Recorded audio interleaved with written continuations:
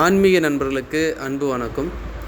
விழுப்புரம் மாவட்டம் மேல்மலையனூர் அருள்மிகு அங்காளம்மன் திருக்கோயிலில் 2 அமாவாசை வெகு விமர்சையாக கொண்டாடுவாங்க. ஒன்று தை, இன்னொன்று ஆடி அமாவாசை. பொதுவாக மேல்மலையனூர் அருள்மிகு அங்காளம்மன் திருக்கோயிலில் மாதம் வரக்கூடிய அமாவாசை தினங்களில் இந்த ஊஞ்சல் உற்சவம் வெகு விமர்சையாக நடைபெறும். இதில் பங்கேற்பதற்காக தமிழ்நாடு மட்டுமல்ல, வெளி மாநிலத்திலிருந்தும் பல்லாயிரக்கணக்கான பக்தர்கள் வருவது வழக்கம். இந்த ஆண்டு ஆடி அமாவாசை வருகின்ற 12ஆம் தேதி நள்ளிரவு ஊஞ்சல் உற்சவம் வெகு விமர்சையாக நடைபெற உள்ளது.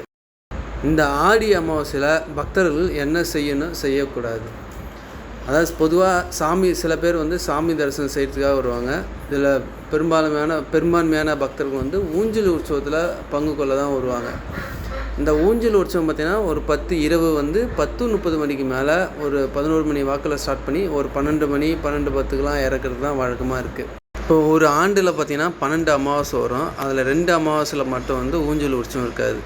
ஒன்று மாசி பிரிவிழான் போது, இன்னொன்று சித்திரை மாதத்தில் சக்தி கிரகத்தின் போது. இந்த 2 மாதம் மட்டும்தான் அந்த ஊஞ்சல் உற்சவம் இருக்காது. மற்றபடி அனைத்து அமாவாசையிலும் இந்த ஊஞ்சல் உற்சவம் வெகு விமர்சையாக நடைபெறுவது தான் வழக்கம். இது எல்லாருக்கும் நம்முடைய அங்காளம்மன் பக்தர்களுக்கு ஏற்கனவே நல்லா தெளிவாக தெரியும். பொதுவாக நம்ம பக்தனுடைய நம்பிக்கையாக இருப்பது என்னன்னாக்கா, தொடர்ந்து ஒரு 3 அமாவாசைகள் வந்தாக்கா ஒரு நல்லது நடக்குன்றது அவங்களுடைய ஐதீகமாக இருக்குது. அதாவது அவங்க கல்வி செல்வம் ஆகட்டும், இல்லை குடும்ப நலன் வேண்டி ஆகட்டும், இல்லை உடல்நிலை, சில பேர் உடல்நிலை சரியாகணுன்ட்டு, தடைகள் நீங்கணுன்ட்டு, இன்னும் பல்வேறு வேண்டுதலை வச்சு தான் வராங்க.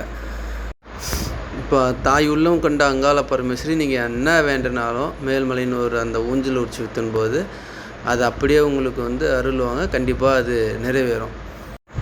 இதில் ஒரு முக்கியமான விஷயம் என்னென்னாக்கா, நம்ம ஊஞ்சல் பக்கத்தில் இருந்தால் தான் நமக்கு அருள் கிடைக்குமா, ஏன் நம்ம தூரத்தில் நின்று பார்த்தா சாமி அருள் கிடைக்காதா? அப்படிலாம் ஒன்றும் கிடையாதுங்க.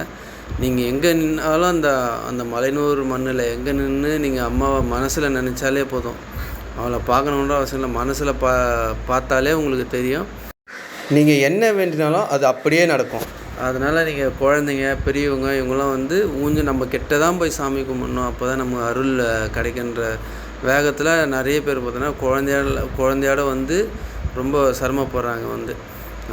பெரியவங்க, குழந்தைங்க, முடியாதவங்களாம் கொஞ்சம் இடையே நின்று பல்வேறு இடங்களிலிருந்து பார்க்கலாம் ஊஞ்சல் உற்சவம். அதுக்கேற்ற மாதிரி தான் திருக்கோயில் நிர்வாகம் பல்வேறு சிறப்பு ஏற்பாடுகள்லாம் பண்ணுறாங்க.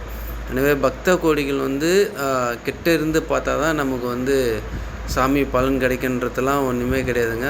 எல்லாருக்குமே தெரியும் மலையனூர் மண்ணுக்கு எவ்வளோ மகிமைன்றது எல்லாருக்கும் தெரியும். அந்த மண் வச்சு தான் புத்திர பாக்கியமும் இருக்குது, தடைகள் நீங்கி இருக்குது, ஏவல் பில்லி சூனி அனைத்துமே சாம்பலாக இருக்குது.